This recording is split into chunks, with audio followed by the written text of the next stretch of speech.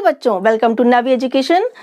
आज मैं आपके लिए लेके आई हूँ आपके पार्ट्स ऑफ स्पीच का बहुत ही वैल्यूएबल और प्रीशियस टॉपिक, और वो है वर्ब्स। वर्ब्स यानी कि क्रिया, हिंदी में हम इसको क्रिया कहते हैं।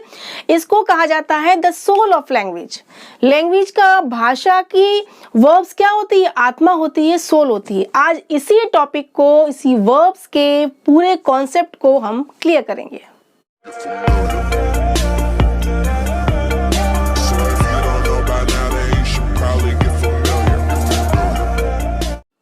वर्ब्स को हम हिंदी में क्या कहते हैं? क्रिया कहते हैं। क्रिया क्या होता है? काम का करना, सब्जेक्ट के द्वारा, कर्ता के द्वारा जो काम किया जाता है उसे हम क्रिया कहते हैं, यानी कि इंग्लिश में उसको वर्ब कहते हैं। Okay, a verb tells something about a person और a thing in a state of doing something और बीइंग समथिंग।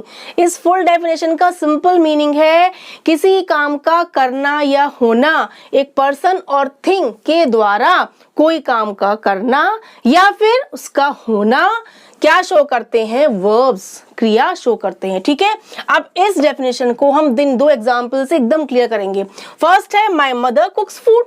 सिंपल, मेरी मदर खाना पकाती हैं। अब इसमें सब्जेक्ट कौन है? My mother. वो क्या काम कर रही हैं? कुक कर रही हैं। यानी कि कुक हमारा क्या हुआ? वर्ब हुआ कि नहीं हुआ? यानी कर्ता के द्वारा, पर्सन के द्वारा कोई काम का करना, क्या पका रही हैं? फूड, ये ऑब्जेक्ट हो गया।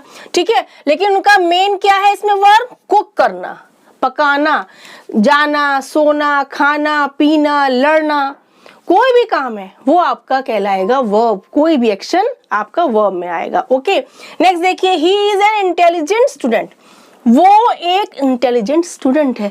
अब इसमें देखिए कोई काम तो नहीं हो रहा है, ठीक है, कोई काम नहीं हो रहा है, लेकिन स्टेट ऑफ बीइंग यानी ही सब्जेक्ट के द्वारा ये शो किया जा रहा है। यहाँ पर इज क्या है? आपका हेल्पिंग वर्ब है।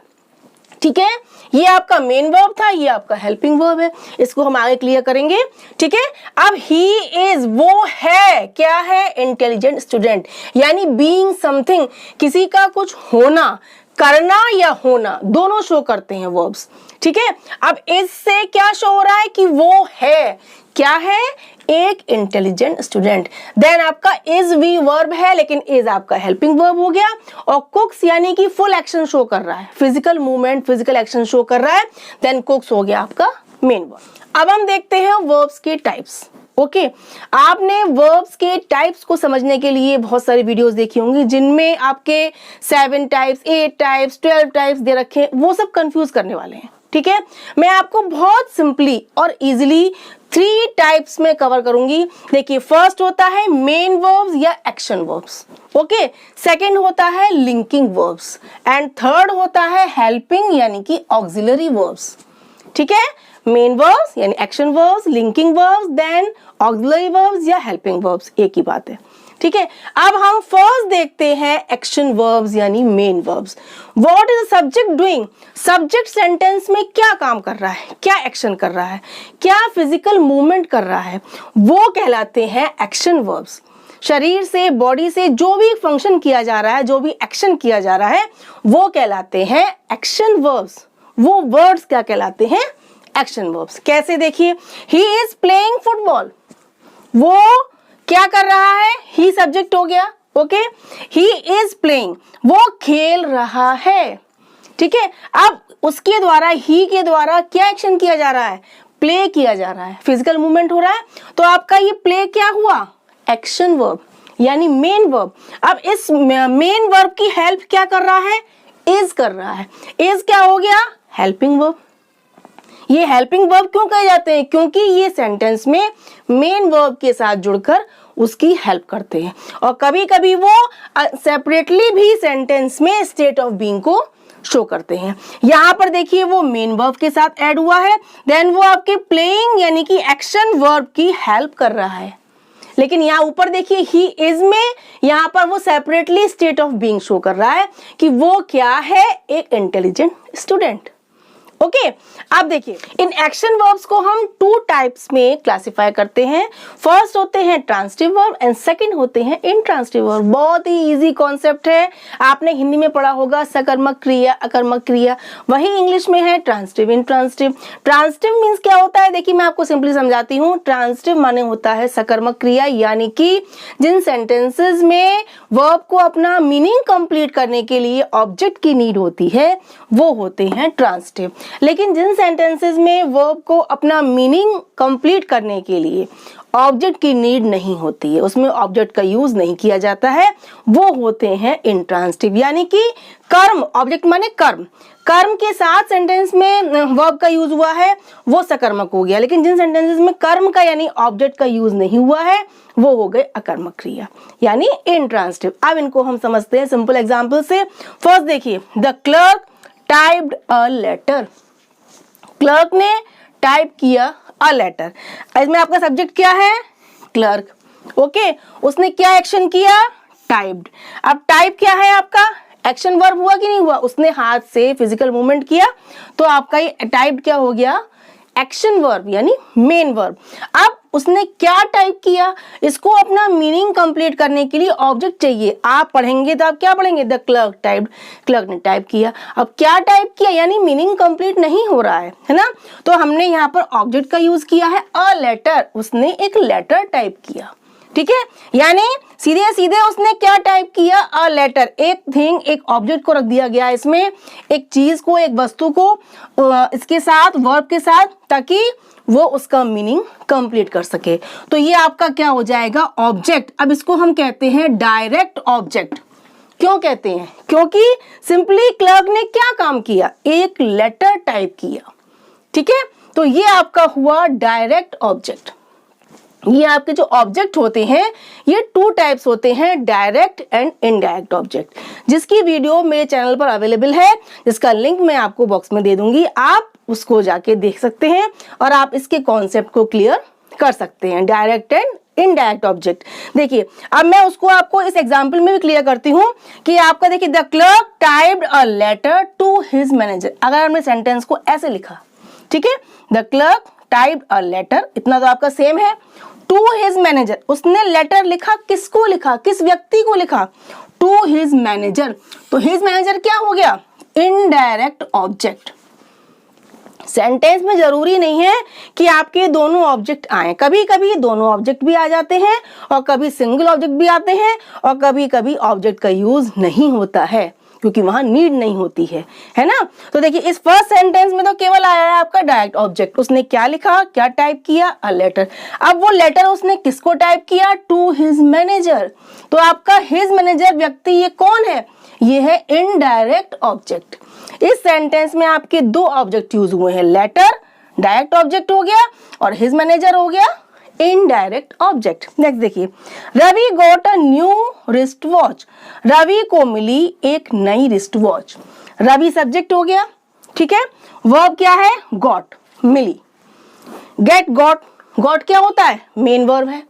ठीक है, अब देखिए रवि गॉट, रवि को मिली, क्या मिली, अ न्यू रिस्ट वॉच। ये क्या है, डायरेक्ट ऑब्जेक्ट। सिंपल उसको क्या वस्तु मिली, क्या चीज मिली, ये ऑब्जेक्ट है अ न्यू रिस्ट वॉच, तो ये हो गया डायरेक्ट ऑब्जेक्ट। अब ये Ravi gave him a new wrist watch, Ravi ने दी उसको। अब रवि ने दी, ठीक है, रवि सब्जेक्ट हो गया, गेव वर्ब हो गया, दी, किसको दी, him, a new wrist watch. अब पहले आप देखिए कि रवि ने क्या दी, एक न्यू रिस्ट वॉच, तो ये आपका हुआ डायरेक्ट ऑब्जेक्ट। अब किसको दी, हिम, गेव हिम, ठीक है, तो हिम क्या हो गया, हिम कौन है, कोई दूसरा व्यक्ति है, तो ये आपका हो गया indirect object. Mostly direct object में थिंग्स होती हैं और इनडायरेक्ट में पर्सन होता है, व्यक्ति होता है। ठीक है, ये इसकी पहचान भी होती है सेंटेंस में। अब आपको समझ में आ गया ये, ठीक है। अब नेक्स्ट थर्ड सेंटेंस देखते हैं, दे लाफ्ड, वो हंसे। इससे आपका मीनिंग कंप्लीट हुआ कि नहीं हुआ, वो हंसे, दे लाफ्ड, वो हंसे, यानी कि इसमें ऑब्जेक्ट की नीड नहीं है। देन आपका ये सेंटेंस कैसा कहलाएगा, ऊपर वाले सेंटेंसेस में सब में ऑब्जेक्ट था, तो ये आपके कौन से हुए, ये हुए आपके ट्रांजिटिव। ठीक है, ये कौन से हुए? ट्रांजिटिव। आपका फर्स्ट और सेकंड दोनों में ऑब्जेक्ट्स थे, ये आपके वर्ब्स कौन से हुए? ट्रांजिटिव वर्ब्स, टाइप्ड यहाँ पर और गॉट या गिव। लेकिन थर्ड सेंटेंस में ऑब्जेक्ट का यूज नहीं हुआ है। दे लाफ्ड, वो हंसे, इसके आगे कोई ऑब्जेक्ट नहीं है। देन आपका ये ऑब्जेक्ट रहित सेंटेंस है, तो ये आपका हुआ इंट्रांजिटिव। क्लियर हुआ कि नहीं? इंट्रांजिटिव वर्ब, ठीक है। स्टूडेंट्स डन वेल, स्टूडेंट्स ने बहुत अच्छा किया। उसके बाद क्या ऑब्जेक्ट है, क्या चीज अच्छी करी, क्या उसमें ऑब्जेक्ट की नीड नहीं थी, इसलिए उन्होंने सेंटेंस में ऑब्जेक्ट का यूज नहीं किया है। तो हमारा डन क्या है? Intransitive verb. समझ में आया आपके? लास्ट वाले टू सेंटेंसेस में ऑब्जेक्ट नहीं है, इसीलिए इंट्रांजिटिव हो गया। फर्स्ट और सेकंड सेंटेंसेस में ऑब्जेक्ट्स थे, तो वो आपका हो गया ट्रांजिटिव वर्ब। और आपको डायरेक्ट और इनडायरेक्ट ऑब्जेक्ट क्लियर हो गया होगा कि जो आपका डायरेक्ट जो थिंग शो करी जा रही है, जो काम जिस पर किया जा रहा है, जिस चीज पर किया जा रहा है, वो आपका हो गया डायरेक्ट ऑब्जेक्ट। अब किसके लिए किया जा रहा है, वो आपका जो व्यक्ति है, पर्सन है, वो हो जाएगा इनडायरेक्ट ऑब्जेक्ट। सेकंड हमारा है लिंकिंग वर्ब, यानी कि इसको हम कॉपुलेटिव वर्ब भी कहते हैं। इसका मीन्स क्या होता है, क्या इनका फंक्शन होता है? These verbs connect the subject to its complement. ये वर्ब्स जो होते हैं, ये सेंटेंस में सब्जेक्ट को उसके कॉम्प्लीमेंट से जोड़ते हैं, कनेक्ट करते हैं, इसलिए इनको हिंदी में संयोजक क्रिया भी कहते हैं। आप समझे नहीं? देखिए, इसका सिंपल मीनिंग है कि सब्जेक्ट के बारे में सेंटेंस में जो आगे कहा गया है, उस कॉम्प्लीमेंट को, चाहे वो नाउन भी हो सकता है, वो एडजेक्टिव भी हो सकता है, उस कॉम्प्लीमेंट को, उस एडिशनल इंफॉर्मेशन को जो सब्जेक्ट के बारे में कही गई है, उसको सब्जेक्ट से ये लिंकिंग वर्ब्स जोड़ते हैं। ठीक है, अब चलिए इसको हम देखते हैं कि कौन कौन से वर्ब्स ये हो सकते हैं। बहुत सारे होते हैं, मैंने कुछ वर्ब्स लिखे हैं यहाँ पर जो लिंकिंग वर्ब्स हैं, जैसे become, feel, appear, seem, be, grow, taste, smell, sound, etc. इस टाइप के वर्ब्स जो होते हैं, ये लिंकिंग वर्ब्स होते हैं, क्योंकि ये सेंटेंस में ज्यादातर सब्जेक्ट को उसके कॉम्प्लीमेंट से जोड़ते हैं। कॉम्प्लीमेंट मैंने आपको एक्सप्लेन किया था, additional information about the subject. Okay, अब देखिए इसका फर्स्ट एग्जांपल देखिए, the apple taste delicious.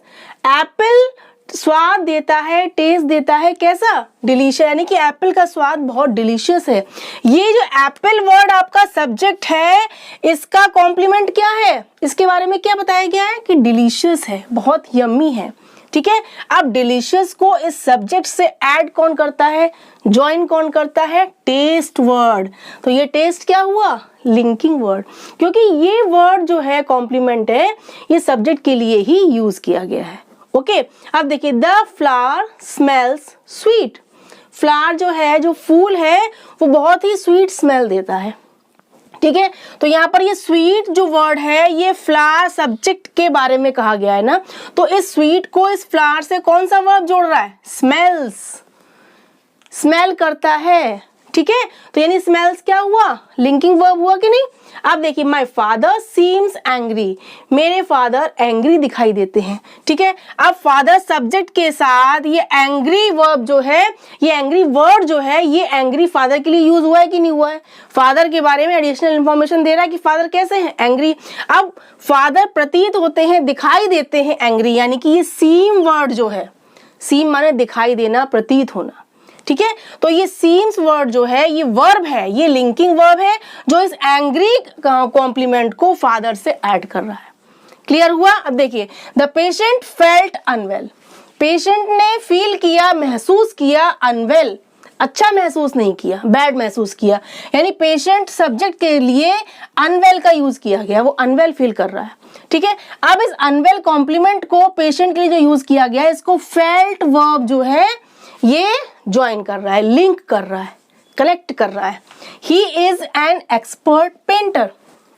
Okay, वो कैसा है? एक एक्सपर्ट पेंटर है।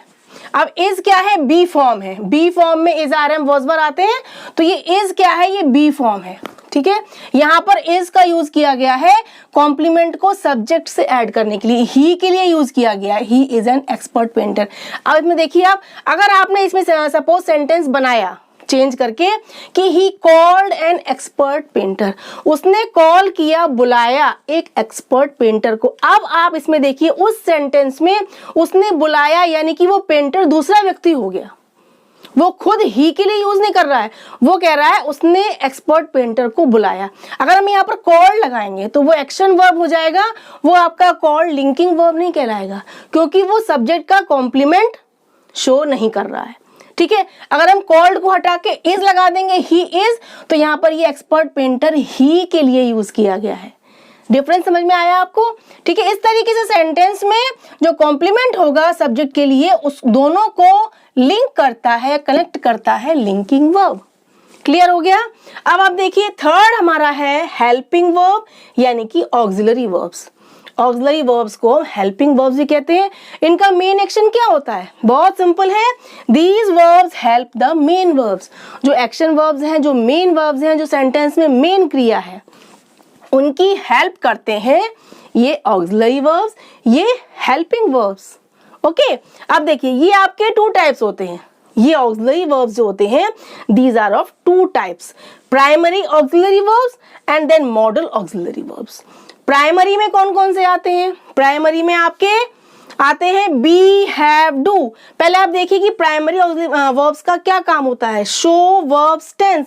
ये प्राइमरी ऑक्सिलरी वर्ब्स सेंटेंस में वर्ब की टेंस को शो करते हैं, ये वर्ब के साथ जुड़ते हैं और वर्ब मेन वर्ब की टेंस को शो करते हैं। ओके, लेकिन जो सेकंड होते हैं मॉडल ऑक्सिलरी वर्ब्स, ये क्या करते हैं, show the mood off the action. Sentence में जो एक्शन, जो काम हो रहा है उसका क्या मूड है, क्या मैनर है, क्या आइडिया है, उसको एक्सप्रेस करते हैं मॉडल ऑक्सिलरी वर्ब्स।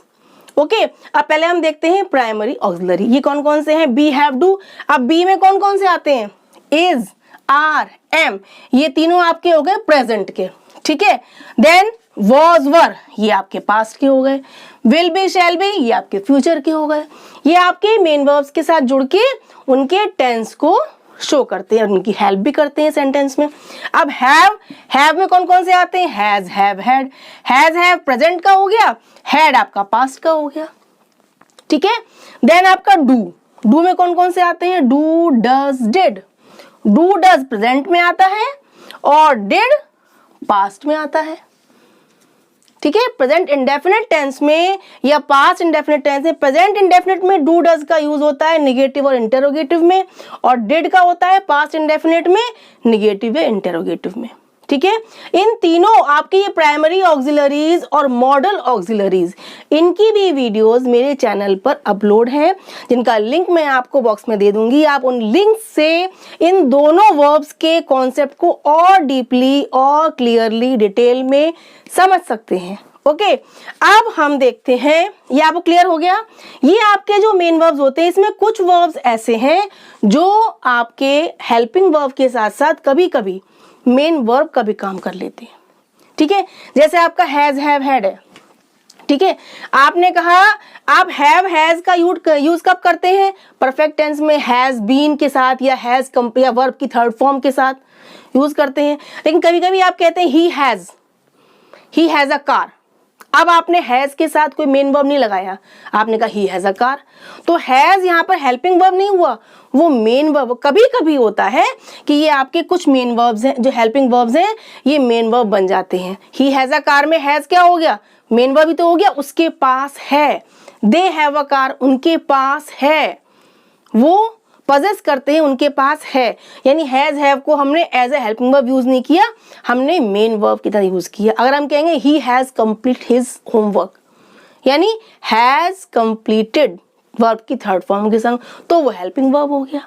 ओके, इस तरीके से आपके ये वर्ब जो हैं, इसमें से कुछ ऐसे हैं जो आपके कभी कभी क्या होता है, मेन वर्ब की तरह यूज हो जाते हैं। वैसे आपके ये सब क्या है, प्राइमरी ऑक्सिलरी वर्ब्स यानी प्राइमरी हेल्पिंग वर्ब्स, ये मेन वर्ब की हेल्प करते हैं। नेक्स्ट है मॉडल ऑक्सिलरीज, आपको मैंने समझाया था ये कौन कौन से होते हैं। ये आपके वर्ब में एक्शन की मूड को, मैनर को, आइडिया को शो करते हैं। ठीक है, किस मूड में काम हो रहा है, किस मैनर में कोई एक्शन हो रहा है। उसमें पॉसिबिलिटी शो करी जा रही है, या प्रोबेबिलिटी शो करी जा रही है, या परमिशन शो करी जा रही है, या नेसेसिटी शो करी जा रही है, या एबिलिटी शो की जा रही है, या ड्यूटी या ऑब्लिगेशन शो किया जा रहा है। ये सब क्या है? मूड एंड मैनर्स, एक्शन के जो सेंटेंस में शो करते हैं ये मॉडल्स।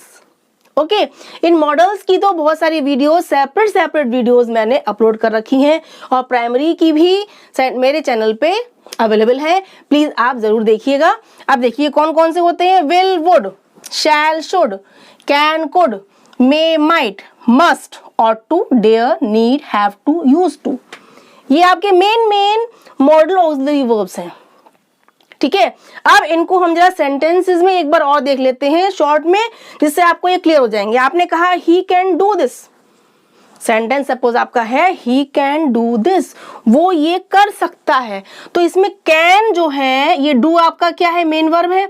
अब इसकी हेल्प क्या कर रहा है? कैन।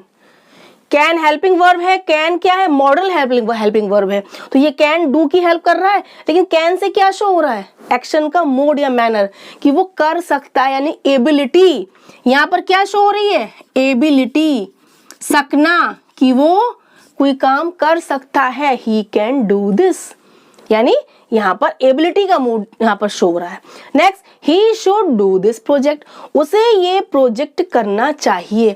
अब देखिए इसमें भी डू वर्ब है, मेन वर्ब है, लेकिन इसमें शुड जो वर्ड यूज हुआ है, ये शुड से क्या शो हो रहा है? उसे करना चाहिए। इट मीन्स ड्यूटी या ओब्लिगेशन, ड्यूटी या ओब्लिगेशन। ठीक है, कर्तव्य, ड्यूटी या ओब्लिगेशन की उसे अपना प्रोजेक्ट या यह प्रोजेक्ट करना चाहिए। कर सकता है नहीं, करना चाहिए के सेंस में आ गया। शुड का होता है चाहिए, यानी ड्यूटी। ठीक है, you may use my bike, तुम मेरी बाइक यूज कर सकते हो। इसमें आपका मेन वर्ब क्या है? यूज। अब इसकी हेल्प कौन सा वर्ब कर रहा है? मे हेल्पिंग वर्ब, मे मॉडल हेल्पिंग वर्ब है। अब मे से क्या शो हो रहा है सेंटेंस में? देखिए तुम मेरी बाइक यूज कर सकते हो, यानी कि आप परमिशन दे रहे हो उसको। तो यहाँ पर क्या शो हो रहा है? परमिशन का मूड शो हो रहा है। यही काम करते हैं मॉडल्स। आप मॉडल्स में कंफ्यूज होते हैं, लेकिन ये बहुत सिंपल होते हैं। अगर आप इनका मोड एंड मैनर समझ जाएंगे सेंटेंस पढ़ के, तो आपको मॉडल्स को यूज करना समझना आसानी से आ जाएगा। डोंट डेयर टू एब्यूज मी, मुझे एब्यूज करने की हिम्मत मत करना। अब एब्यूज में देखिए डोंट डेयर, अब डेयर क्या है? डेयर क्या है? डेयर माने क्या होता है? साहस करना, हिम्मत करना। अब डेयर आपका मॉडल है, मॉडल वर्ब है। डोंट डेयर टू एब्यूज मी, है ना? तो डेयर क्या है आपका? ये क्या शो कर रहा है आपकी? ब्रेवरी क्या चैलेंज, कुछ भी कह दीजिए। डेयर जो है ये क्या शो कर रहा है? चैलेंज या ब्रेवरी की। डोंट डेयर एब्यूज मी, मुझे एब्यूज करने की कोशिश मत करना। You must follow traffic rules, तुम ट्रैफिक रूल्स का तुम्हें फॉलो करना चाहिए, उनका पालन करना चाहिए। अब फॉलो वर्ब को मस्ट वर्ड जो है ये क्या कर रहा है? मस्ट हेल्प कर रहा है। तो मस्ट आपका क्या है? ये क्या शो कर रहा है? करना चाहिए। इसमें भी ड्यूटी शो हो रही है, आपको ट्रैफिक रूल्स को फॉलो करना चाहिए। शुड और मस्ट जो है ये चाहिए के सेंस में आते हैं। इसमें भी आपकी हो गई ड्यूटी या ऑब्लिगेशन। ओके, नेक्स्ट आपका ही कुड रन फास्ट, वो तेज दौड़ सकता था, यानी उसकी एबिलिटी काम कर सकता था। पास्ट में हो गया कर सकता है, कैन, और पास्ट में कुड, यानी कुड यानी यहाँ भी एबिलिटी शो हो रही है, वो तेज दौड़ सकता था। इस तरीके से ये सारे मॉडल्स आपके एक्शंस को जो एक्शन वर्ब्स हैं उनकी हेल्प करने के साथ साथ उनके मोड और मैनर को भी शो करते हैं। अब हम देखते हैं वर्ब्स का एडवांस क्लासिफिकेशन। अब वर्ब्स को 2 टाइप्स में डिवाइड किया जाता है, क्लासिफाई किया जाता है। फर्स्ट है फाइनाइट वर्ब्स एंड सेकंड है नॉन फाइनाइट वर्ब्स, यानी सीमित वर्ब्स, असीमित वर्ब्स। ओके, अब फाइनाइट वर्ब्स कौन से होते हैं? These verbs change according to the subject और टेंस, ये सेंटेंस में सब्जेक्ट यानी कर्ता और टेंस के हिसाब से, काल के हिसाब से चेंज होते हैं। फाइनाइट वर्ब्स क्या होते हैं सेंटेंस में? जैसा सब्जेक्ट हुआ, जो टेंस शो करना, उस हिसाब से अपने स्ट्रक्चर को चेंज कर लेते हैं। देखिए इसको समझते हैं एग्जांपल से। शी गोज टू स्कूल, वो स्कूल जाती है। अब शी सिंगुलर है तो हमने गोज का यूज किया है, यानी वर्ब में एस या ईएस लगाते हैं हम प्रेजेंट इंडेफिनिट में, सिंगुलर में। ठीक है। अगर हमारा प्लूरल होगा तो क्या हो जाएगा, गो हो जाएगा, उसमें हम एस या एस नहीं लगाएंगे। यानी हमने सब्जेक्ट और टेंस को शो करते हुए शी के संग गोज लगाया, दे के संग गो लगाया। अब यदि हम पास्ट टेंस शो करेंगे तो गो वेंट गॉन में वेंट यूज कर देंगे, गो की जगह वेंट लगाएंगे, नहीं लगाएंगे सेकंड फॉर्म। दे प्लूरल में हमने वेंट पास्ट टेंस यूज किया, ठीक है, यानी गो वेंट गॉन। अब गो की देखिए कितनी फॉर्म्स यूज हो गई, according to the subject and tense. Next देखिए, he has finished his work, उसने अपना वर्क फिनिश कर लिया है। ही सिंगुलर है, हमने साथ में हैज लगाया हेल्पिंग वर्ब, और वर्ब यूज हुआ है मेन वर्ब फिनिश्ड, यानी वर्ब की थर्ड फॉर्म, ठीक है। अब देखिए दे हैव फिनिश्ड, अब दे प्लूरल है तो हमने हैव लगा दिया, हैव फिनिश्ड कर दिया हमने। यहाँ पर ही सिंगुलर था तो हमने हैज फिनिश्ड किया था, okay. He had gone to his factory, अब ही के साथ हमने had gone, go went gone, gone लगाया, गोन लगाया, क्यों, क्योंकि हमें यहाँ शो करना है पास्ट परफेक्ट हैड के साथ वर्ब की थर्ड फॉर्म। यानी आपका सिंपल आपका एक कॉन्सेप्ट है कि ये फाइनाइट वर्ब्स जो है ये अकॉर्डिंग टू द सब्जेक्ट और टेंस के हिसाब से अपने स्ट्रक्चर को चेंज करते हैं। सेकंड हमारा है नॉन फाइनाइट वर्ब्स, यानी these verbs does not change according to the subject और टेंस। ये वर्ब्स जो होते हैं नॉन फाइनाइट वर्ब्स, ये सब्जेक्ट और टेंस के हिसाब से चेंज नहीं होते हैं, जिस रूप में होते हैं वही उसी रूप में सेंटेंस में बने रहते हैं, चाहे आपका सब्जेक्ट कोई भी हो, चाहे टेंस कोई भी यूज हुआ हो, ओके। अब देखिए इसको हम जरा 3 एग्जांपल से बहुत सिंपली क्लियर करते हैं। He has come to see him, वो आया है टू सी हिम, उसको देखने के लिए। अब ही हैज कम में कम आपका मेन वर्ब है और सी भी वर्ब है, लेकिन सी में हमने क्या लगा दिया है, टू लगा दिया है, टू सी कर दिया। अगर हम टू को हटाएंगे तो आपके डबल वर्ब्स, दो वर्ब सेंटेंस में यूज नहीं होंगे, है ना। तो टू सी यानी टू के साथ वर्ब की फर्स्ट फॉर्म लगी हुई है, टू सी ये वर्ब है, लेकिन ये नॉन फाइनाइट है क्योंकि ये हमारा मेन वर्ब कौन सा है, कम। अब देखिए दे केम टू सी हिम, वो आए उसको देखने के लिए, इसमें भी टू सी लगाया है। हमारा सब्जेक्ट चेंज हुआ, टेंस चेंज हुआ, बट हमारा टू सी वहीं का वहीं रहा। क्या मतलब हुआ कि ये नॉन फाइनाइट है, इसीलिए इसका स्ट्रक्चर चेंज नहीं हुआ। She is coming to see him, अब देखिए इस सेंटेंस में प्रेजेंट कंटिन्यूअस यूज हुआ, लेकिन हमारा टू सी चेंज नहीं हुआ। तीनों सेंटेंसेस में टू सी वही सेम स्ट्रक्चर रहा। क्यों, क्योंकि ये क्या है, नॉन फाइनाइट वर्ब्स, ये चेंज नहीं होते हैं, आपका टेंस कोई भी हो, सब्जेक्ट कोई भी हो। अब देखते हैं नॉन फाइनाइट वर्ब्स के 3 काइंड्स होते हैं, इन्फिनेटिव, जेरेंड एंड पार्टिसिपल। मेरी नॉन फाइनाइट वर्ब्स की वीडियोस मेरे चैनल पर अवेलेबल है, मैं उसका लिंक आपको दे दूंगी। आप उस लिंक से इस कॉन्सेप्ट को बिल्कुल क्लियर कर सकते हैं, डिटेल में और डीपली क्लियर कर सकते हैं, ओके। अभी मैं आपको शॉर्टली एक्सप्लेन करती हूँ उसको। इसके 3 काइंड्स हैं, infinitive, gerund and participle. First आपका है इन्फिनेटिव। इन्फिनेटिव में क्या होता है, वर्ब की बेस फॉर्म के पहले हम टू लगा देते हैं। ये आपका टू सी जो है इन्फिनेटिव ही है। मैंने इन्फिनेटिव का यूज आपको शो करा है कि इन्फिनेटिव में to plus base form, verb की फर्स्ट फॉर्म में टू लगा देते हैं। अब देखिए, और वो एज अ नाउन काम करती है, वो एज अ वर्ब काम नहीं करेगी। देखिए, I love to act in movies, मुझे पसंद है, लव आपका मेन वर्ब है, लेकिन टू एक्ट आपका वर्ब होते हुए भी एज अ नाउन काम कर रहा है। क्यों, मुझे पसंद है एक्ट करना, ये नहीं कह रहे एक्टिंग कर रहा है, एक्ट करना इन मूवीज, टू एक्ट, ओके। तो ये आपका एज अ नाउन वर्क कर रहा है, ये इन्फिनेटिव है, टू प्लस बेस फॉर्म।